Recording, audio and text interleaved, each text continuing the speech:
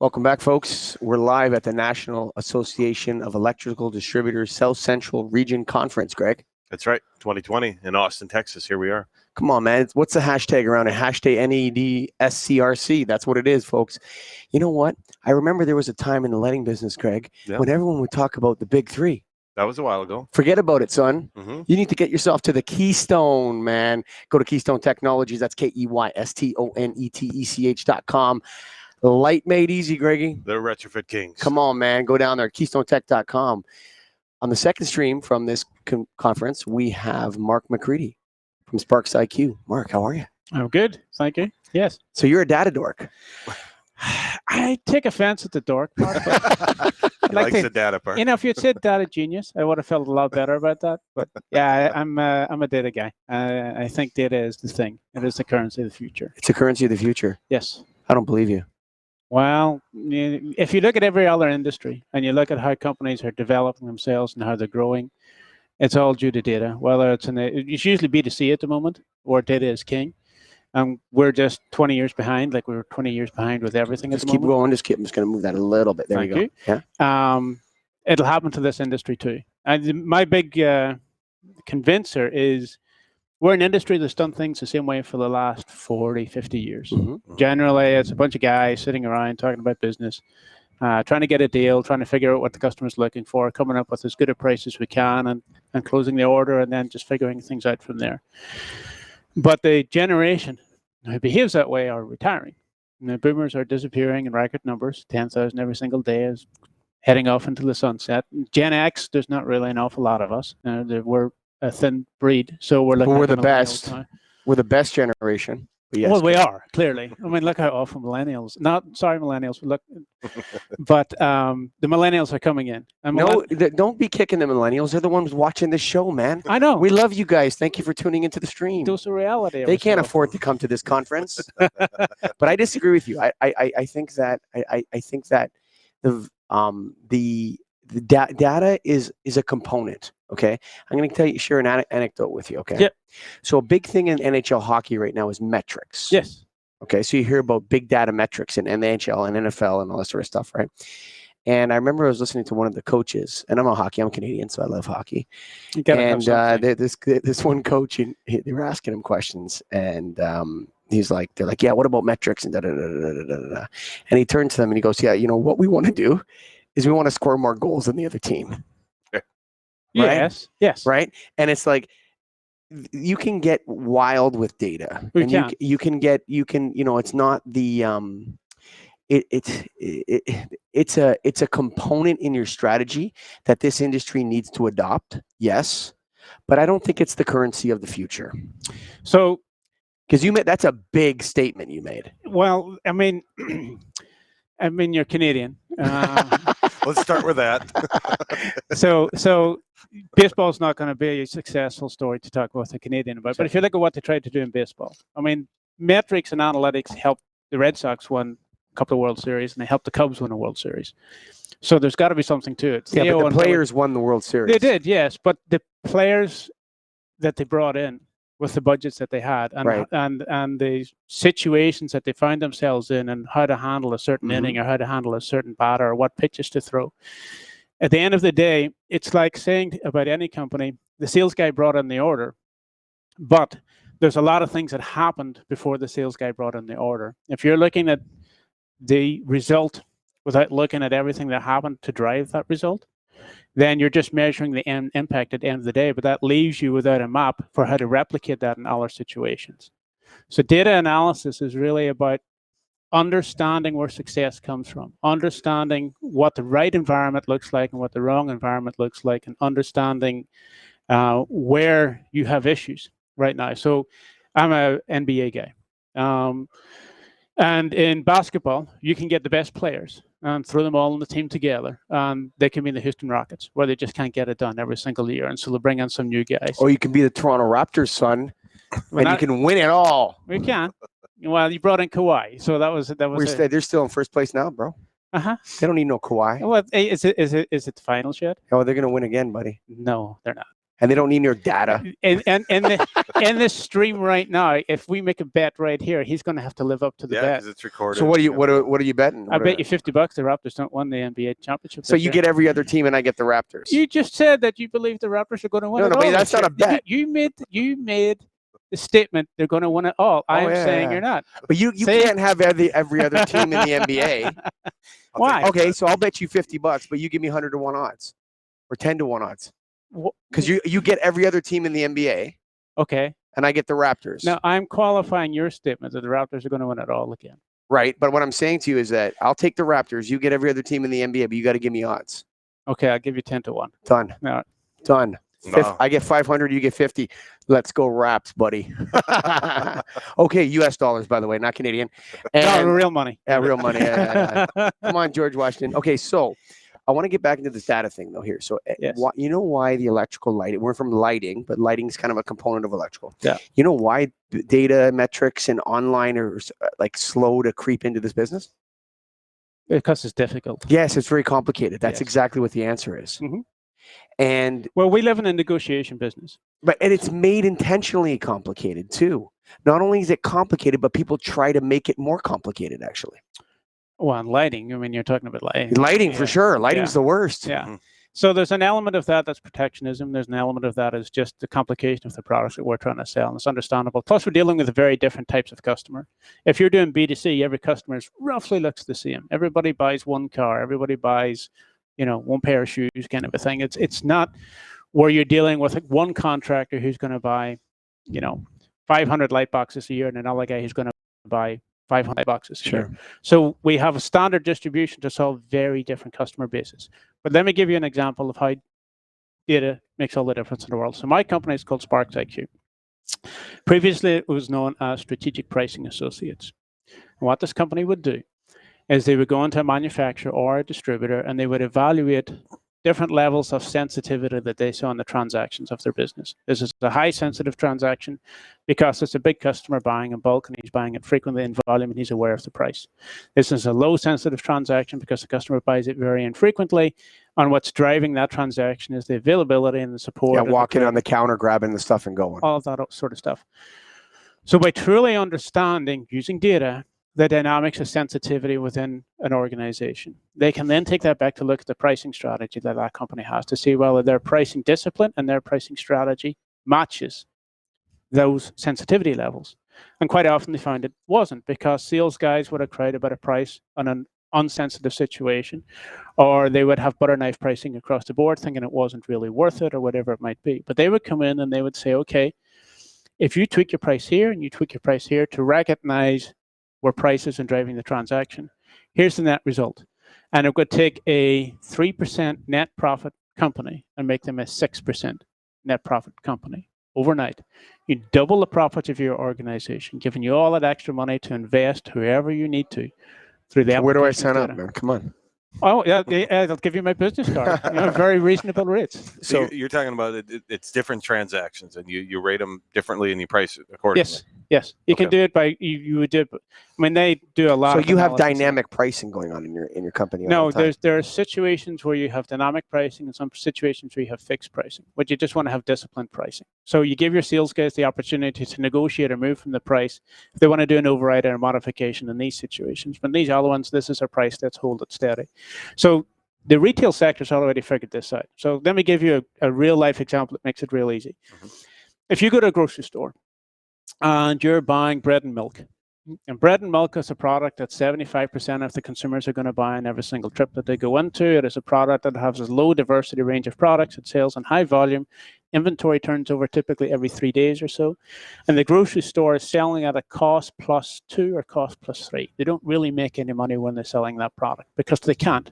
Because if you try and make 40 or 50% gross margin when you're selling a 2-gallon of milk, it'll cost $1 more than the other guys and people who go elsewhere. They understand that that's where sensitivity exists. Now, if you turn the corner with your gallon of milk and you go to the cereal aisle, so you want to have some breakfast. So it's about 250 different variations of cereal that you can buy in every average. I hate grocery stores. Well, like, what stores do you like? No, keep going though. I'm just thinking about it. It's like, yeah, you try to buy something in the grocery store. The milk's all the way at the back. That's right. Yeah. So you walk past It's everything. like, oh God, I just want to get some butter. That's simple. That's simple. If they put it at the front, Put it at the front, I'll pay $1 more. Yeah, you wouldn't. Amazon will figure that out whenever they open that local Whole Foods. But if they put it at the front, you would never go anywhere else in the store, and that's the whole point. There's 250 different variations of cereal that you can buy. And some of them are price sensitive and some of them are not. And usually the higher up on the shelf you go, the higher the margins for the grocery store. Is that so? Okay. So if you're buying Frosted Flakes or Corn Flakes or something like that, that's going to be on the bottom shelf and you're going to buy one of those big boxes. That's a cost plus 15, cost plus 20 product for that grocery store. Yep. If you go up and you're buying Special K or Raisin Bran or something like that, that's usually cost plus 30, cost plus 40. And then if you're getting that muesli stuff that comes in small boxes that only people that are on terrible diets eat right at the top shelf and you have to reach up this to get it, cost plus 50.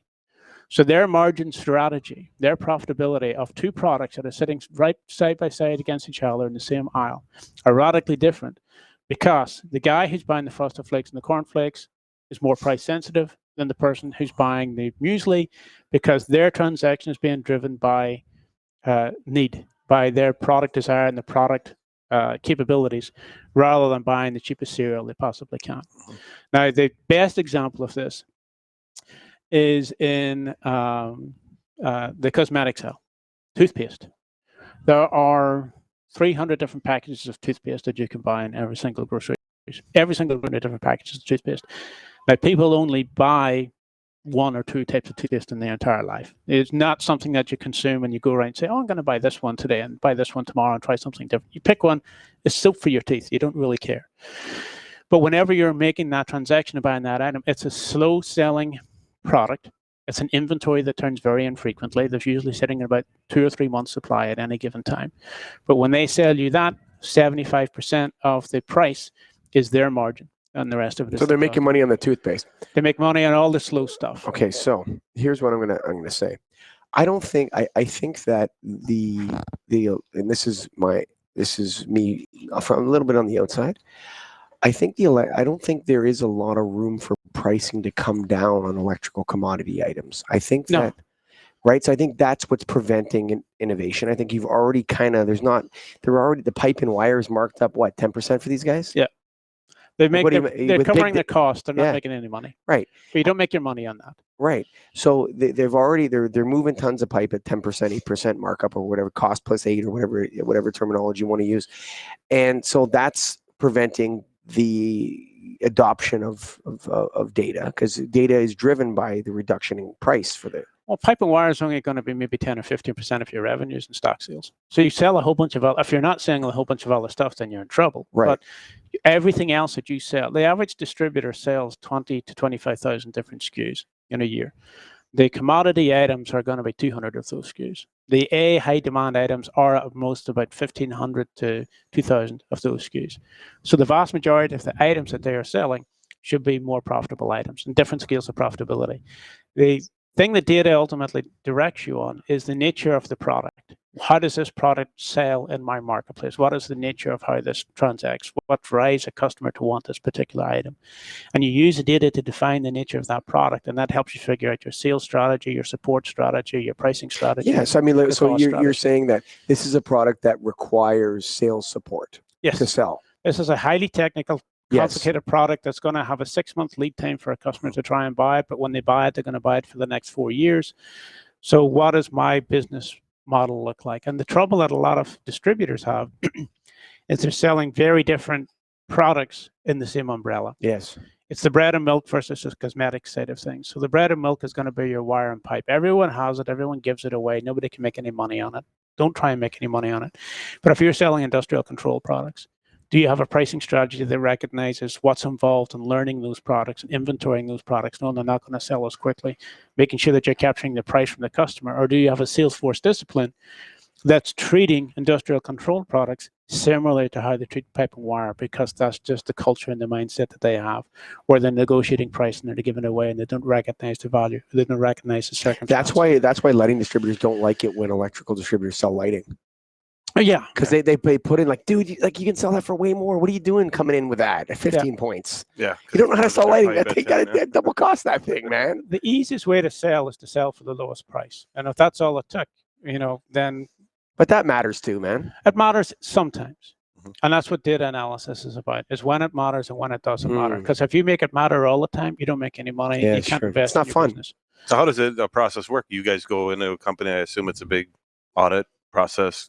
You go through all the transactions. The transactions tell you everything you need to know. So the measurements of a company boil down to 4 criteria: their sales performance, their profit, their operational costs, and their cost to serve. Yeah. So if we're looking at the profitability, what we want to do is understand the nature of every item and how it sells for that distributor, because distributors are different. And then we have a look at where we think the levels of price sensitivity exist, A, B, C, D items, to try and keep things fairly simple. And that might be for different customers and for different customer demographics or for different customer sizes. And we'll come back and we'll say, this is what we think the model of pricing should be. And we'll show evidence of where you have transactions that are already at this price, where you sold it to a similar type of customer for half the margin because the sales guy panicked and just wanted to try and get the deal as much as possible. And what we're trying to do is go back and say, there are some items where you can go wild. Do what you need to do with price, because price is going to drive the transaction. But have the discipline, have the training, have the support internally to know whenever you can hold on to price and whenever you can keep it. So many times, what we find whenever we're working with distributors and they're talking about their inside salespeople, they override by default. They will get a call in from a customer, they will see an item and they'll say, you know what, I can give you a better price, before the customer even asked for it. Yeah, for sure. Or they won't respect the price increase. Price increase comes in and they look at the last price paid by the customer and they try and charge the same again. Yes. Or they'll not bill everything together and they'll just say, throw everything. But is this out. a software issue though? No, it's a cultural issue. It's a behavioral issue, which is why the behavior of the millennials coming in and replacing the boomer generation will be more adaptable to this kind of model. But it's providing the data architecture and the measurement and the culture that supports. Is there anybody that's really looking at the electrical industry and like licking their chops for it? Any companies out there like, yeah, we're going to take those suckers down? No, Home Depot to me is a really good example. So I worked at Square. Of failure? Of failure. Yeah. Home Depot. I worked at Square D. So 20 years ago. That's that TAPS Square D. Square D, the belt. Okay, sorry. Square D. Sorry, the Schneider Electric. Sure, okay.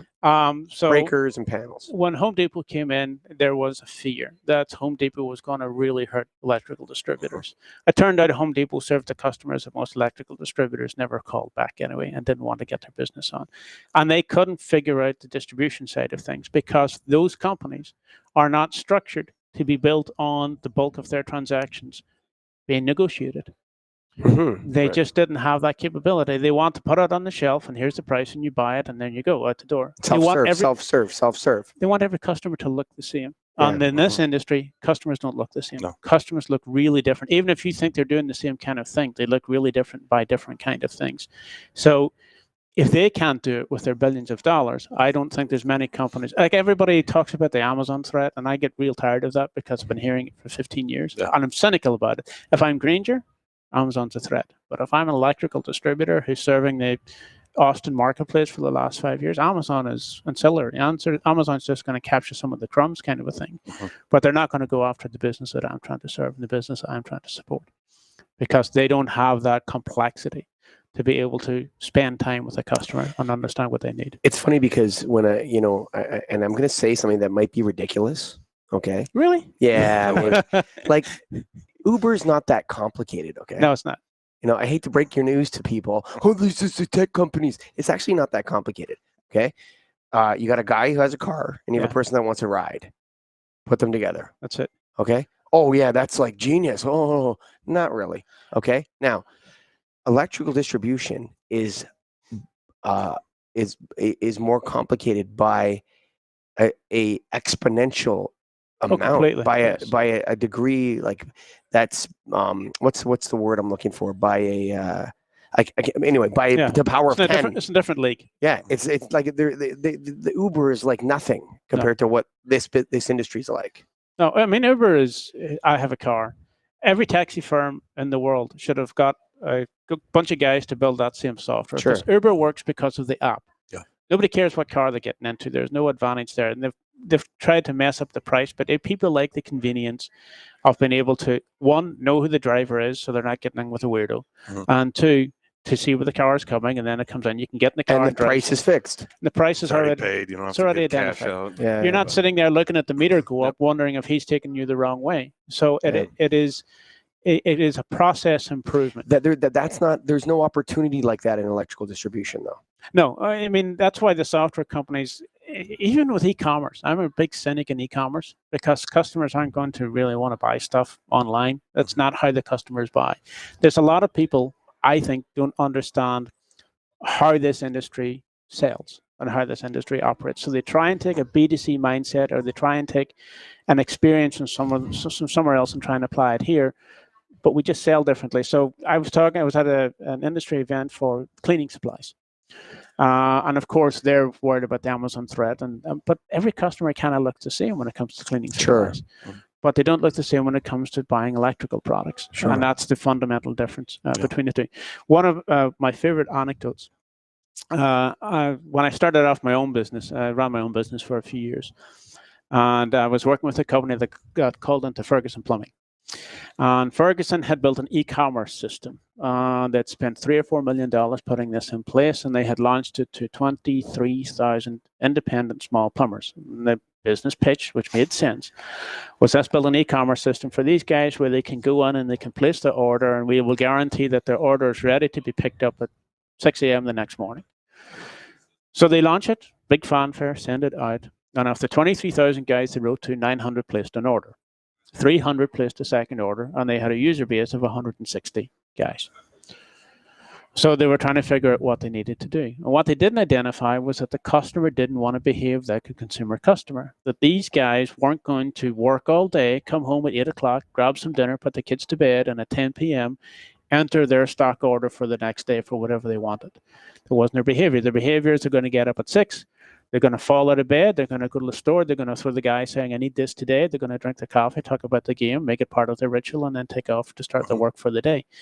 So you were putting a process and making the customer responsible for doing that process rather than you doing it yourself. Totally agree. And they didn't take the time to understand who their customer was. They want to tell people how to do things. Yes. And you know what? People don't like to be told what to do. You can't change something that doesn't want to change. Yeah, exactly. Not only that, though, but it's like, who are you? It's one of those things where, who are you to say this is how you should do your business in a way? You understand? To your customer. Your customer tells you how to behave, actually. Ultimately. If you want to sell to them. Yeah. It's not, you don't get to tell them, okay, after dinner, like you said, when you're done putting your kids to bed, now put your stock order in. Thanks. Yeah. No, dude, it doesn't work that way. You're exactly the way you get, and there's a million different ways that people do business. So, yeah. So that's kind of why when Amazon has been the threat for 15 years and still not here, or when e-commerce has been the hope and promise of the future and it's still not here, it's because they don't work here. They work in other places. If I was a B2C guy, I would need to have a consumer website to try and sell anything. But we got to figure out what does work here and what this industry really looks like. How data is going to be brought in to it. Yes, is an interesting way to look at it. Like it's interesting because I think what the easy things with the internet are done. Taxi cabs, Ubers, Facebook-y stuff, Amazon. They'll just get perfected and refined. Yeah, they're just that's already done. It's over, right? But I think the future is going to go to a new kind of company. It's a company that has specific industry knowledge, but also is a software company too. Like it's a distribution company that's also a software development company or something like that together.